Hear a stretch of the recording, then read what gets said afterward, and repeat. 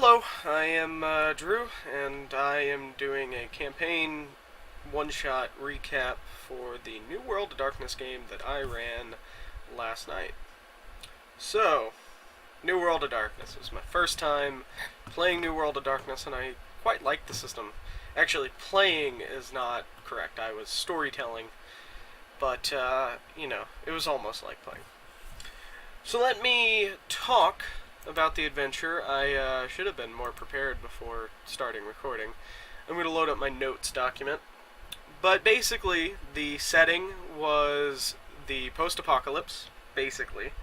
And we have a group of aristocrats, very rich one-percenters, who have received a ticket to ride on a spaceship to a colony on Mars. So it's a future setting, but Earth is falling apart, and the one percenters are leaving the Earth because the Earth's screwed. Basically, is the concept. I called the adventure Beyond the Midnight Sun, and that is because the Midnight Sun's the moon, and they are going beyond the moon. I thought it was a pretty cool name. So let me talk about my personal storytelling goal for this campaign. One shot. I'm going to switch between calling it that thing. My goal was to create an environment that the party wanted to explore, and they could learn about the setting and kind of make their own fun for the first half of the thing, and then I was going to have a climax. And I think I mostly accomplished that goal, but we will get into that whenever we start talking about it. I'm just going to go down the list of my notes. The setting, how I started it, is that it is Thanksgiving Day, November 23rd, 2079. The last ship is leaving the Earth for the Mars colony, and this marks the end of the International Council on Human Sustainability and Planetary Colonization's efforts on Earth. Those lucky enough to get a ride on the shuttle to the space station near Mars know that there's no going back, and they are probably thankful. The ship contains several hundred people and is huge. I mean, it's like the size of a small city. And, that was the setting. I gave that to my players going in. I also gave them some backstory on the problems that were happening on Earth. This was a setting that was designed by a friend of mine, and basically he wanted to run a game in this setting. And I was thinking, well, I don't really know what I could do on Earth, but I do know I could do some space horror, and so I kind of wanted to do that. The theme of the adventure was supposed to be the futility and hopelessness of the whole thing. And our story concept is that there's a religious terrorist who believes that humans only belong on Earth, and basically he's going to screw everybody over. And the people on the ship probably would have been better off staying on Earth. Okay, so let's talk about what ended up happening in the adventure. So, basically, what happened is we have our characters that we introduced, and their names are William Powers, Alexander Mooch, and Carl Rogers. Pretty sure. I need to look at the notes document. Here it is. Alright. We have Carl Rogers, Jean-Louis, and, Carl Randall is his name. We have Clarissa, and that was it, I think.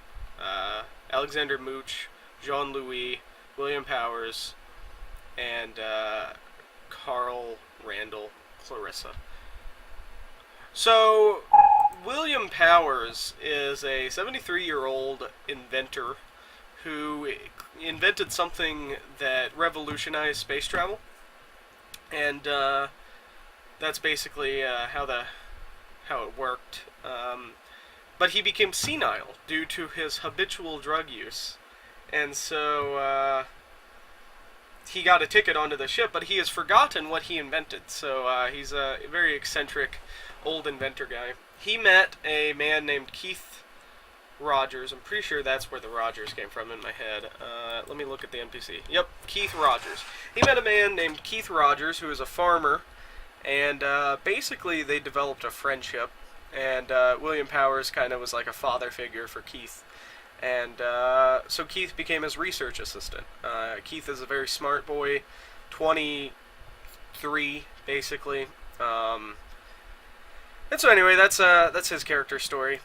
We have Jean-Louis Dorlin, and he is a famous gambler. He made his wealth by gambling, so that's pretty exciting. Hang on. Then we had Alexander Mooch, who is the heir to, I'm pretty sure it was SpaceX or a company like it. Anyway, he's an heir to that fortune, and he's kind of Scrooge, very conservative, that kind of thing. He was a corporate CEO. Then we had Carl Randall, who is a obnoxious rich brat. That was his character concept.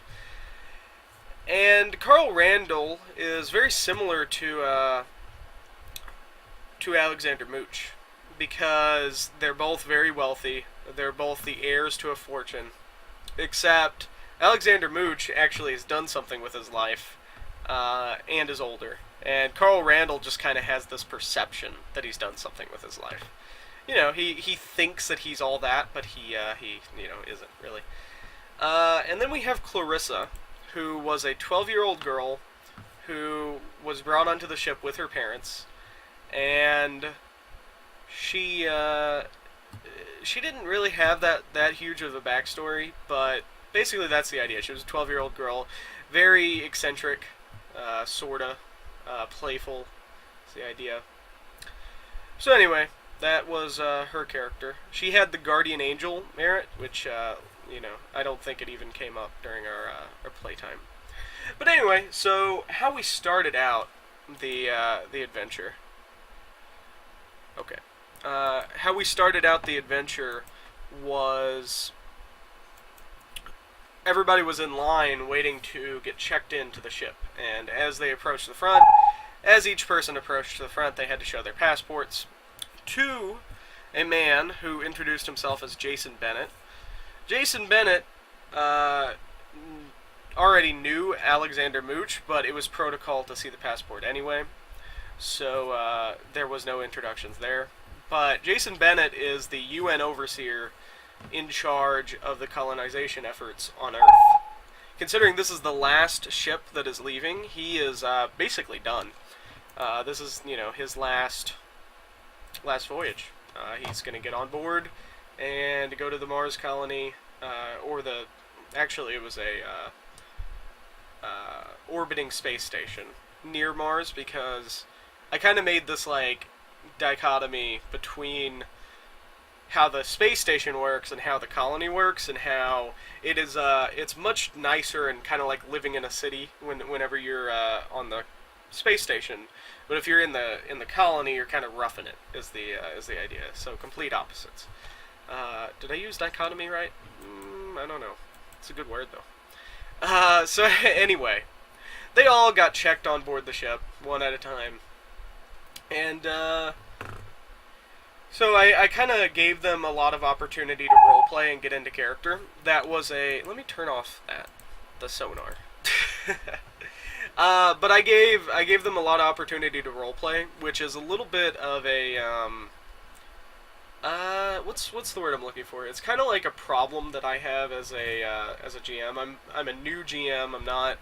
Don't have a lot of practice, and even though my players really like that, I feel like it's a crutch. That's what I wanted to say, because I did not have enough planned, and I can admit that.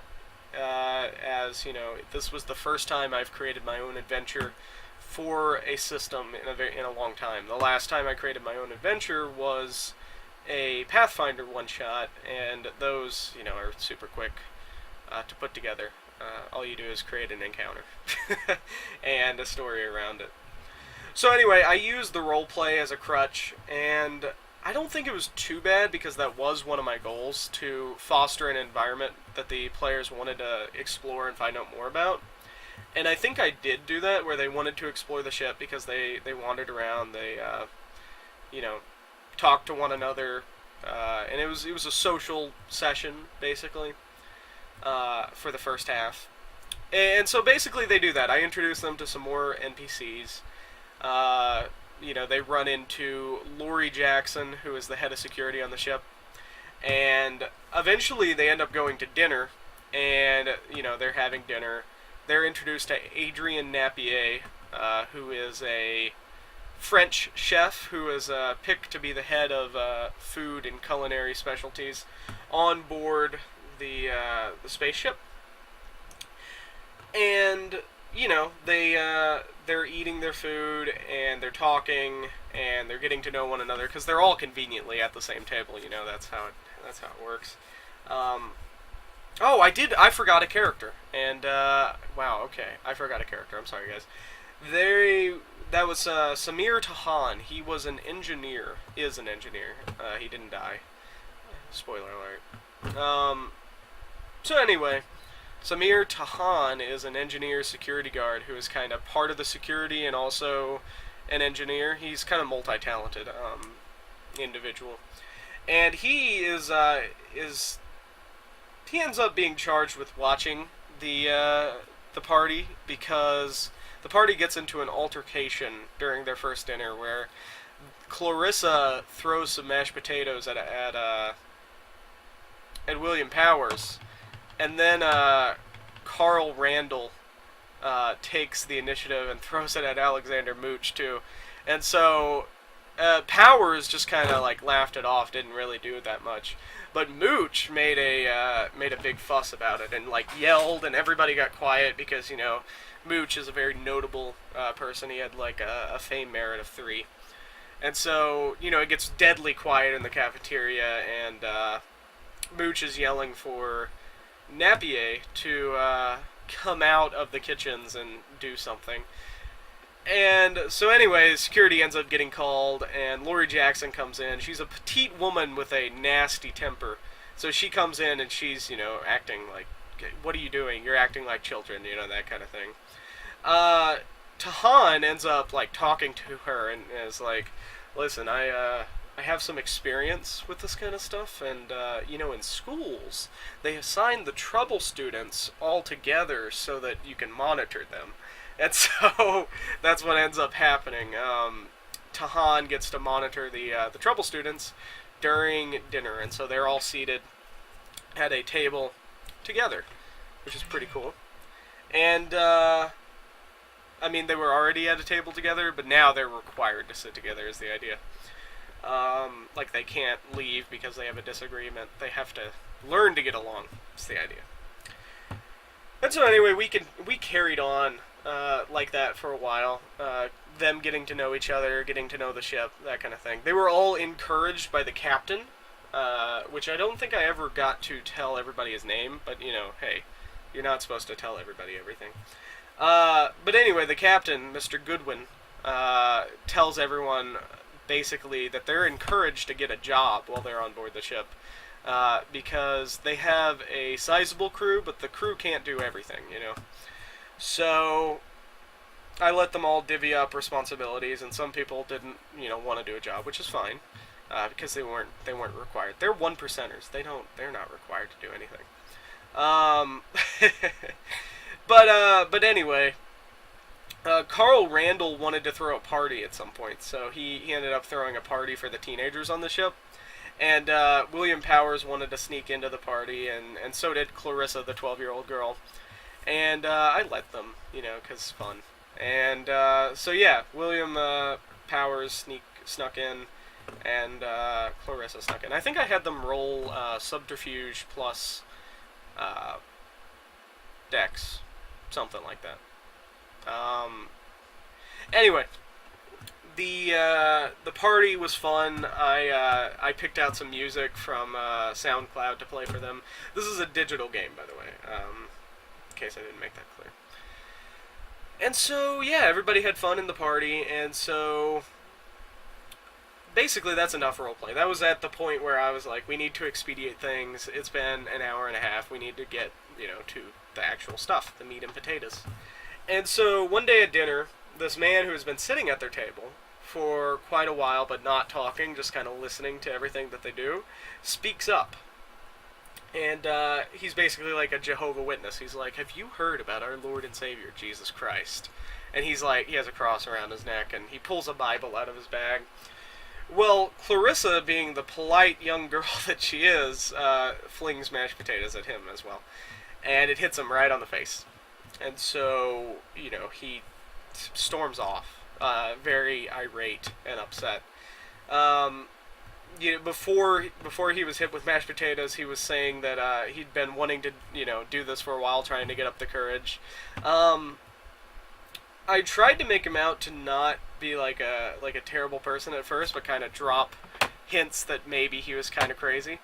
I don't know if I dropped enough hints that he was crazy, because I kind of just made him out to be like a Jehovah Witness, which wasn't. Anyway, he at some point while he's marching away, Alexander Mooch gets up because he's the conservative, Republican, and Mooch, runs over to this guy. His name was Xavier, by the way, Xavier Robinson, I think. And so Alexander Mooch runs over to Xavier and is like, "Whoa, hold up, buddy! I know exactly what you're talking about. We can, yeah, let's go." And so they end up going to the lounge and like discussing religion for a while, and like, wow, I can't believe that people believe in that evolution stuff. Jesus, 2079, that kind of stuff. I think we had a comedic slant to the adventure, which is fine. At first, I was trying to be very serious with it, and I still think I accomplished my goal of futility, but I don't know necessarily. So anyway, they're talking, and at some point in their conversation in the lounge, Jason Bennett's kid, Jack Bennett, runs into the room and says, "Hey Xavier, you want to play with me?" And that kind of thing. Like, they knew each other. They had like an established kind of friendship, which is kind of weird. This man that don't really know much about having a insidious friendship with a child. I don't know if I dropped enough hints that he was the bad guy, because Xavier Robinson is the religious extremist that got on board the ship. He didn't even have a passport. He smuggled himself on board in the cargo bay, and I think that's one of the major criticisms that I have to myself, is that I could have prepared more and dropped more hints and maybe had more clues available for the party, rather than just being like, I have this general idea of what this spaceship looks like, and go. Like, I could have done more. But that's beside the point. So anyway, they they end up talking for a while, and then the next day comes, and they're in the dining hall, and they're eating, and suddenly Jack Bennett comes into the dining hall, and he looks all pale and sick, and just awful. And dining hall gets real quiet, again, because that's weird, especially such a notable person, because Jack Bennett is Jason Bennett's child, and so very notable figure, basically. And so Jack's coming in. He's like 6 years old, by the way. And he's like, "Daddy, I don't feel so good." And, Jason Bennett is like, "Oh, you're fine." Because Jason was a very mean man. I made it out to be. 1 second.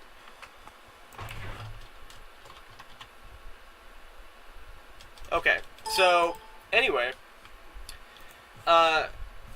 At this, William Powers gets up, the senile old man, and he's like, "I can fix this," and so he's going to do a medical roll to see what's wrong with Jack. And as he gets up to go over to Jack, Jack drops to his knees and starts, like, dry heaving. And, very gross. He's like, like, trying to throw up. That's what dry heaving is. And if you take that soundbite out of context, that's, well then. Anyway. And so, this tentacle starts to come out of his mouth. And at first, I know the party thought I was joking because, tentacles are a running joke when it comes to Call of Cthulhu and that kind of thing, and horror genre in general. And so that's kind of the what I wanted to go for. I wanted to actually do tentacles and freak people out. And I don't know if I made it as freaky as I could have, but it certainly creeped me out when I was imagining it. So, anyway. So, yeah, this tentacle starts coming out of his mouth, and it has an eye on the end of it, and so it's freaky. And so, before they even have time to realize that this is a freaky tentacle coming out of this kid's mouth, the kid's stomach bursts open with 4 other tentacles with sharp points, really sharp points. And so anyway, this tentacle monster is now in the room, and everybody's kind of panicking and that kind of thing. And William Powers, being the nearest person, is like, "I'm sorry, Jack," because everybody recognizes the kid, and he points his cane at the tentacle monster, and he uses his secret shotgun. It has 1 bullet, and it's a cane shotgun that I let him have. It's pretty cool. And so he uses his cane shotgun to blow the monster away. And, whenever one of my concerns with running New World of Darkness is that I was concerned that the combat wasn't lethal enough.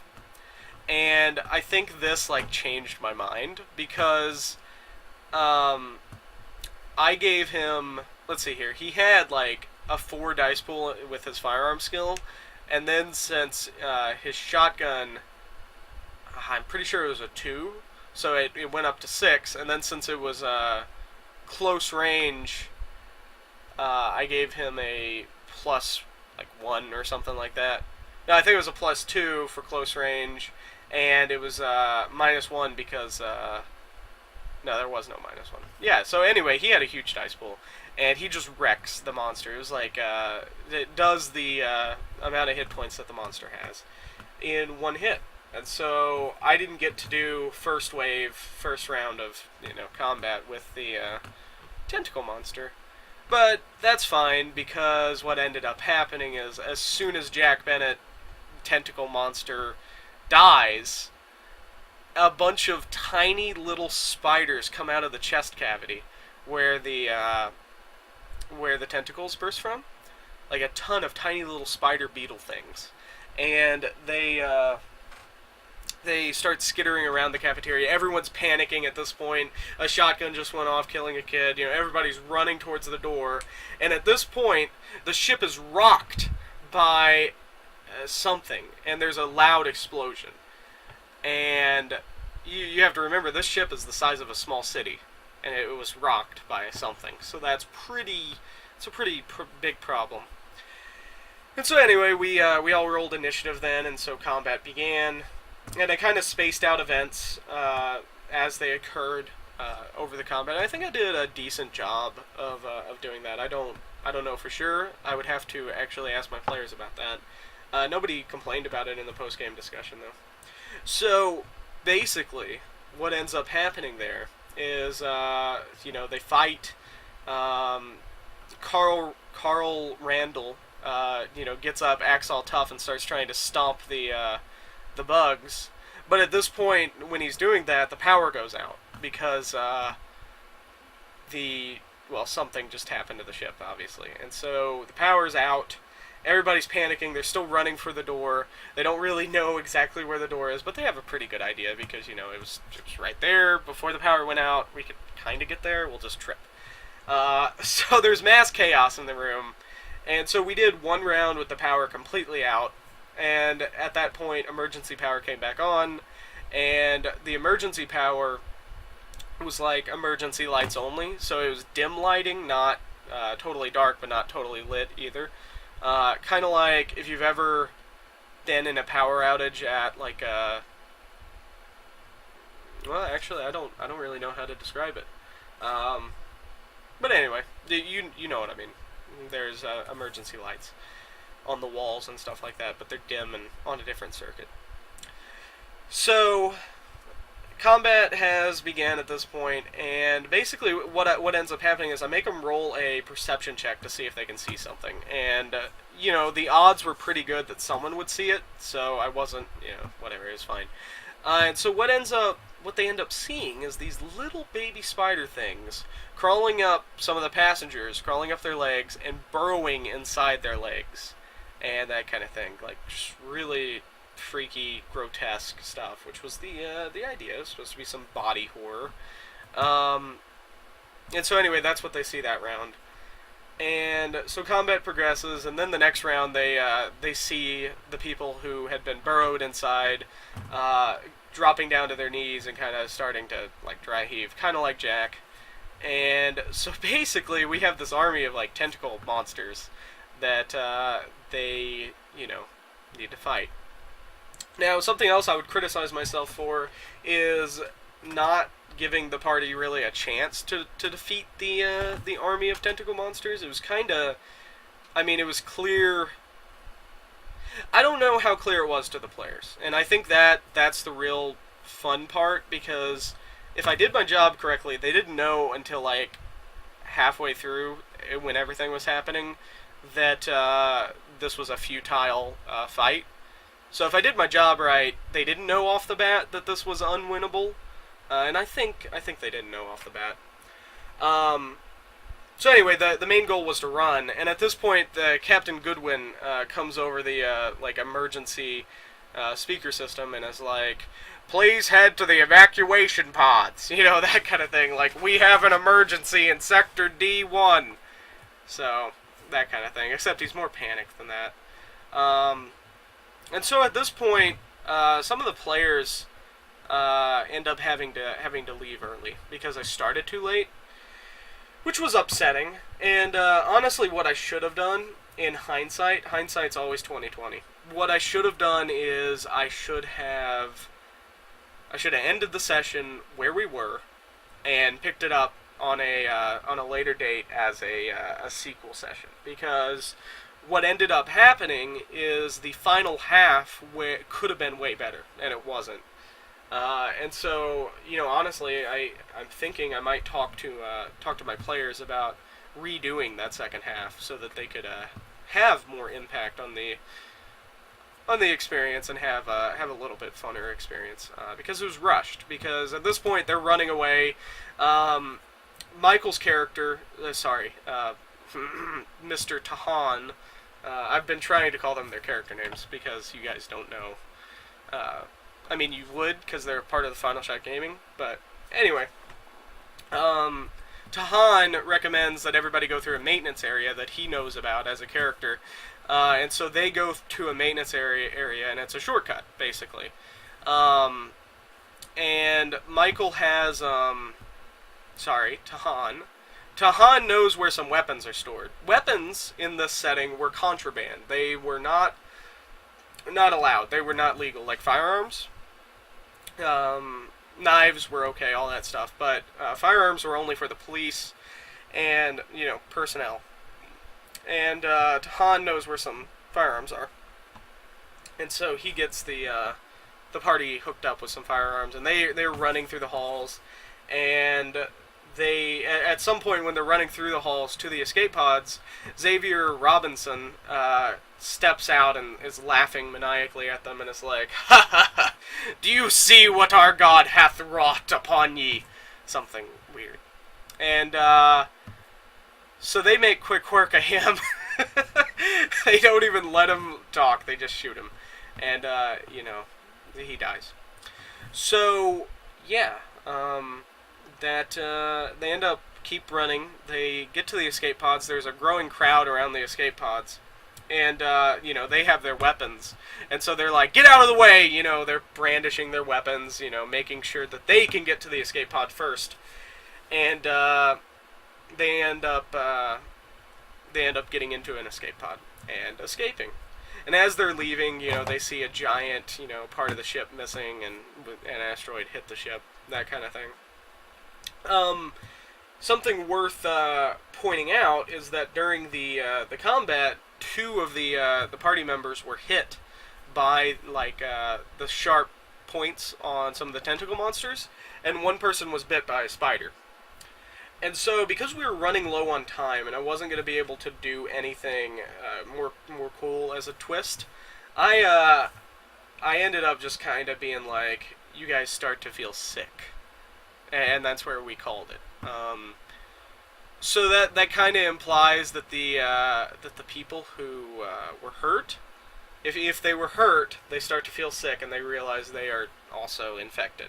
And so it's futile, and the people in the escape pod who are now trapped in this enclosed space with the monsters, you know. So anyway, I hope you enjoyed hearing about my New World of Darkness game. You know, it's interesting that that this game, even though I thought I didn't have a lot prepared, and I really didn't, I've talked about it for 30 minutes now. That's kind of interesting, because I tried doing one of these for some of the pre-made adventures that I ran for the party, and for a different game, and I only talked for like 10 minutes or 15 for those. So anyway, I hope you enjoyed the discussion, and you know, leave a like if you liked it and stuff. Bye bye. This is Drew. Bye bye. Goodbye. Okay. Bye.